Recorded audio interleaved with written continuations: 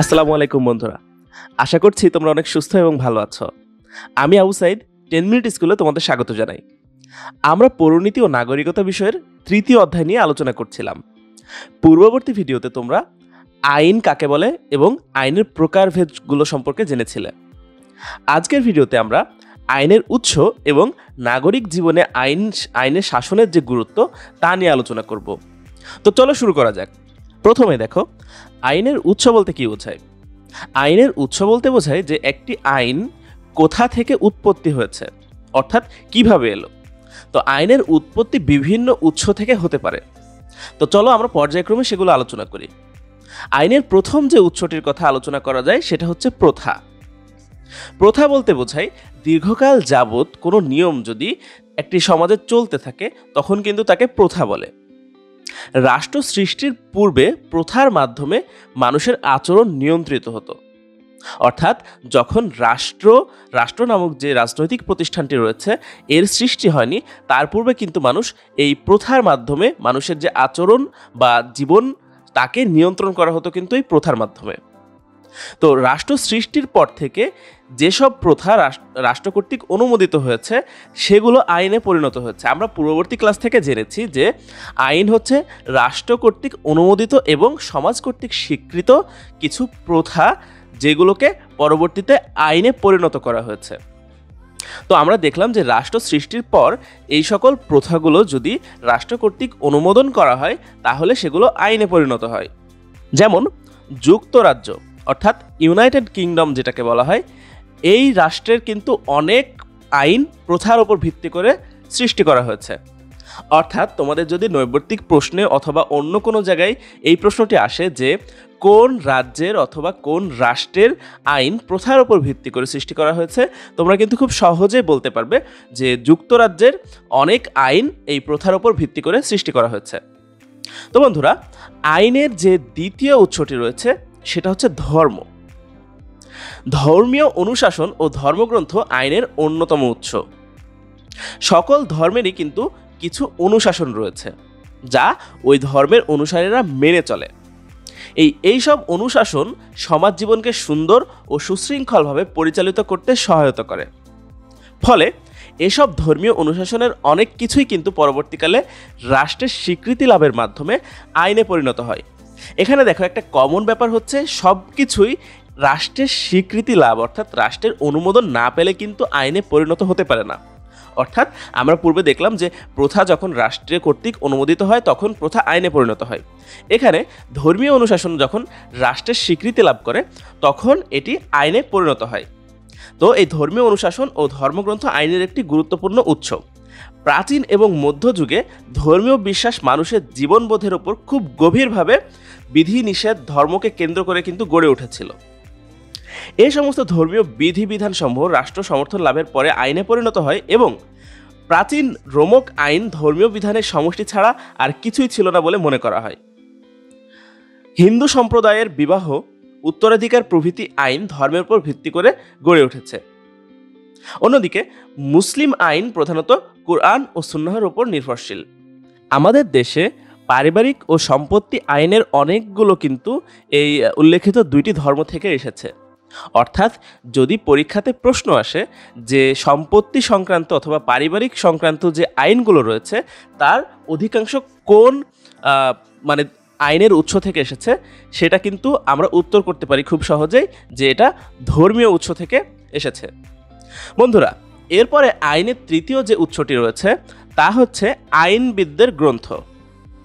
আইনবিদদের গ্রন্থ বলতে আমরা যখন গল্প, উপন্যাস কিংবা খবরের কাগজ পড়ি, কোনো শব্দের অর্থ বুঝতে সমস্যা হলে আমরা কি করি? আমরা কিন্তু ডিকশনারি কিংবা অভিধান বা বিশ্বকোষের সাহায্য নিই। ঠিক তেমনি বিচারকগণ কোনো মামলার বিচার কার্য সম্পাদনা করতে গিয়ে যদি আইন সংক্রান্ত কোনো সমস্যায় পড়েন তখন কিন্তু তা সমাধানের জন্য তারা আইন বিশারদদের বিজ্ঞানসম্মত যেসব গ্রন্থ রয়েছে এসব গ্রন্থের সাহায্য নিয়ে থাকেন এবং এইসব আইনের ব্যাখ্যা করেন, যা পরবর্তীকালে আইনে পরিণত হয়। উদাহরণস্বরূপ বলা যায় অধ্যাপক ডাইসির ল অব দ্য কনস্টিটিউশন এবং ব্ল্যাকস্টোনের commentaries on the laws of England. বন্ধুরা, এছাড়াও আইনের আরও একটি গুরুত্বপূর্ণ যে উৎস রয়েছে তা হচ্ছে বিচারকের রায়।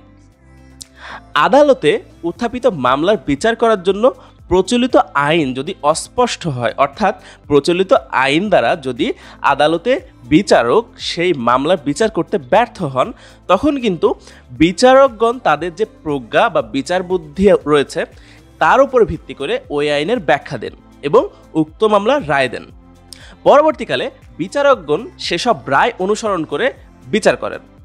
এইভাবে বিচারকের রায় কিন্তু পরবর্তীকালে আইনে পরিণত হয়। উদাহরণস্বরূপ বলা যায় যে মার্কিন যুক্তরাষ্ট্রের বিচারপতি মার্শাল, হিউজেস এইসব প্রমুখ বিচারক কিন্তু এইভাবে নতুন অনেক আইনের সৃষ্টি করেছেন। তো আমরা বুঝতেই পারছি যে বিচারকের রায় আইনের একটি গুরুত্বপূর্ণ উৎস।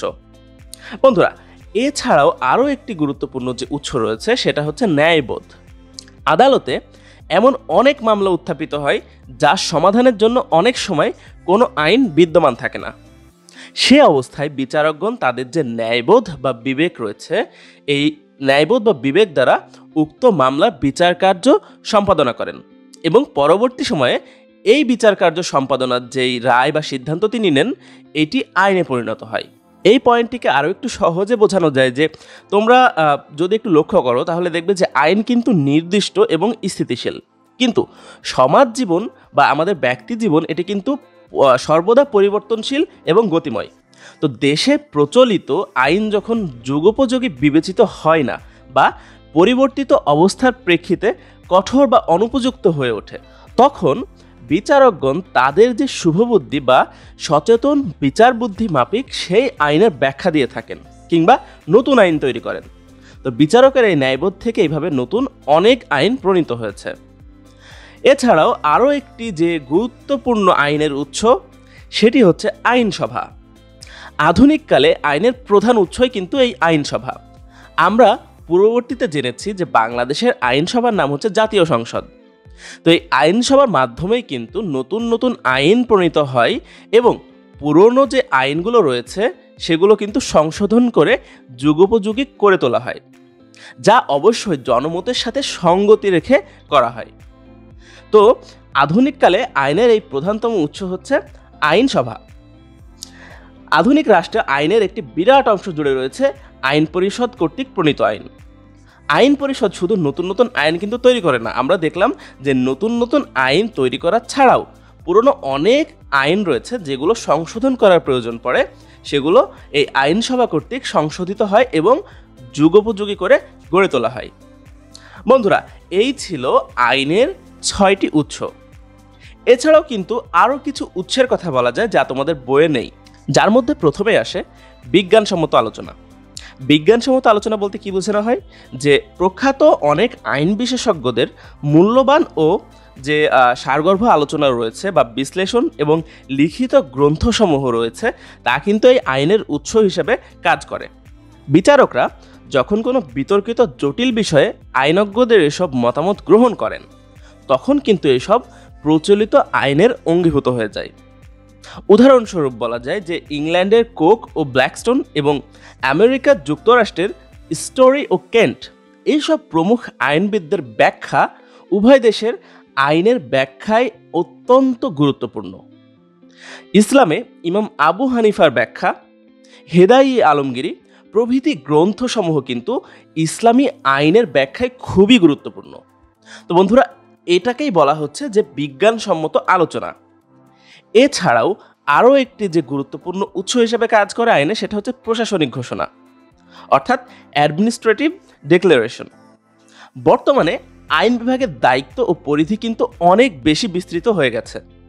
তো এই জটিলতার কারণে আইন বিভাগ তার কর্তব্য সুচারুরূপে সমাধান করতে সমর্থ হয় না। তাই আইনসভা তার নির্বাহী কর্তৃত্বের বহুলাংশ শাসন বিভাগের যে কর্মকর্তারা রয়েছে তাদের হাতে অর্পণ করে। এইভাবে অর্জিত ক্ষমতা বলে জারিকৃত ঘোষণা ও আইনসমূহকে প্রশাসনিক আইন বলে। এছাড়াও বন্ধুরা, আরও একটি গুরুত্বপূর্ণ যে আইনের উৎস রয়েছে সেটা হচ্ছে সংবিধান। সংবিধানকে বলা হয় যে রাষ্ট্রের দর্পণ। সংবিধান আইনের গুরুত্বপূর্ণ উৎস। সংবিধানে সরকারের বিভিন্ন বিভাগের ক্ষমতা ও কাজের পরিধি সংক্রান্ত বিষয়াদি কিন্তু অন্তর্ভুক্ত থাকে।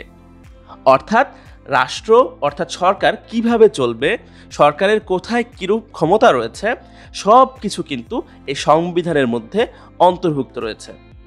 সংবিধানের নির্দেশিত পথ ধরে কিন্তু আইনসভা আইন প্রণয়ন করে। আমরা পূর্বে দেখলাম যে আইনসভা আইনের একটি গুরুত্বপূর্ণ উৎস। তো এই আইনসভা কিন্তু সংবিধানের নির্দেশিত পথ ধরেই কিন্তু আইন প্রণয়ন করে থাকে। তো বন্ধুরা, এই ছিল মোটামুটি আইনের উৎস সংক্রান্ত আলোচনা। আশা করছি তোমরা আইনের সকল উৎসগুলো নিয়ে একটা পরিপূর্ণ ধারণা লাভ করেছ। এখন চলো আমরা নাগরিক জীবনে আইনের শাসনের কি প্রভাব বা গুরুত্ব তা নিয়ে আলোচনা করি। প্রথমেই আইনের শাসনের অর্থ কি? দেখো, আইনের শাসনের অর্থ হচ্ছে কেউ আইনের ঊর্ধ্বে নয়, সবাই আইনের অধীন। অন্য কথায়, আইনের চোখে সবাই কিন্তু সমান। আমরা পূর্ববর্তী ক্লাসে কিন্তু দেখেছিলাম যে আইনের একটি গুরুত্বপূর্ণ বৈশিষ্ট্য হচ্ছে আইন সর্বজনীন। সর্বজনীন অর্থ হচ্ছে আইনের চোখে সকলেই সমান। আইনের দৃষ্টিতে সকল নাগরিকের সমান অধিকার প্রাপ্তির সুযোগকে আইনের শাসন বলে। সবার উপরে আইন, এর অর্থ আইনের প্রাধান্য। আইনের দৃষ্টিতে সকলের সমান, এর অর্থ হচ্ছে জাতি, ধর্ম, বর্ণ, লিঙ্গ, পেশা নির্বিশেষে আইনের সমান আশ্রয় লাভ করা। এর ফলে কি হয়? এর ফলে ধনী দরিদ্র, সবল দুর্বল সকলেই কিন্তু সমান অধিকার লাভ করে। তো এই যে আইনের শাসন, এই আইনের শাসনের প্রাধান্য থাকলে সরকার ক্ষমতার অপব্যবহার থেকে বিরত থাকবে এবং জনগণ আইনের বিধান মেনে চলবে। আইনের শাসনের গুরুত্ব কিন্তু অপরিসীম, কেননা আইন না থাকলে সমাজে অনাচার, অরাজকতা সৃষ্টি হয়।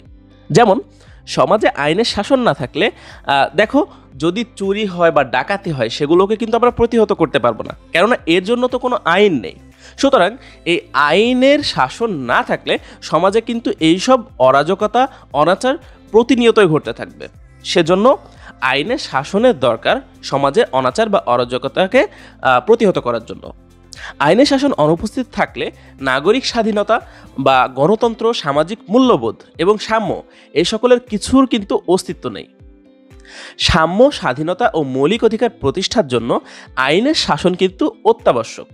আবার দেখো, আইনের শাসনের দ্বারা শাসক ও শাসিতের মধ্যে সুসম্পর্কের সৃষ্টি হয়। অর্থাৎ শাসক বলতে আমাদের সরকার ব্যবস্থা বা রাষ্ট্র পরিচালনাতে যারা নিয়োজিত আছে তাদের আমরা এখানে শাসক বলছি। আর শাসিত বলতে যাকে শাসন করা হচ্ছে, অর্থাৎ আমাদের যারা বাংলাদেশের নাগরিক, আমরা যারা রয়েছি সাধারণ নাগরিক, তাদের সাথে যে শাসক শ্রেণী, তার কিন্তু একটা সুসম্পর্কের সৃষ্টি হয় এই আইনের সাহায্যে। কেননা আইন না থাকলে শাসক কিন্তু তার যে ক্ষমতা রয়েছে এগুলো কিন্তু খারাপভাবে অপব্যবহার করবে। সুতরাং আমাদের সাথে শাসকের যে সুসম্পর্ক, এইটা সৃষ্টি করার জন্য কিন্তু আইনের শাসন অত্যাবশ্যক। সরকার স্থায়িত্ব লাভ করে এবং রাষ্ট্রের শান্তি প্রতিষ্ঠিত হয় এই আইনের শাসনের মাধ্যমে। এবং এই আইনের শাসনের অভাবে কিন্তু অবিশ্বাস, আন্দোলন ও বিপ্লব অবশ্যম্ভাবী হয়ে ওঠে। আর বিশৃঙ্খলা, অশান্তি ও হানাহানি সমাজের শক্ত ভিতকে দুর্বল করে তোলে। সমাজের ধনী দরিদ্র, দুর্বল সবল এদের মধ্যে যে ভেদাভেদ তা কিন্তু প্রকট আকার ধারণ করে যদি নাগরিক জীবনে আমাদের আইনের শাসন না থাকে। বন্ধুরা, আমরা কিন্তু ইতোমধ্যে আইনের শাসন কি বা এর গুরুত্ব আমরা উপলব্ধি করতে পেরেছি। সুতরাং সমাজের সাম্য, নাগরিক অধিকার, গণতান্ত্রিক সমাজ ও স্থিতিশীল রাষ্ট্র ব্যবস্থার জন্য আইনের শাসন অপরিহার্য এবং আইনের শাসনকে বলা হচ্ছে একটি সভ্য সমাজের মানদণ্ড।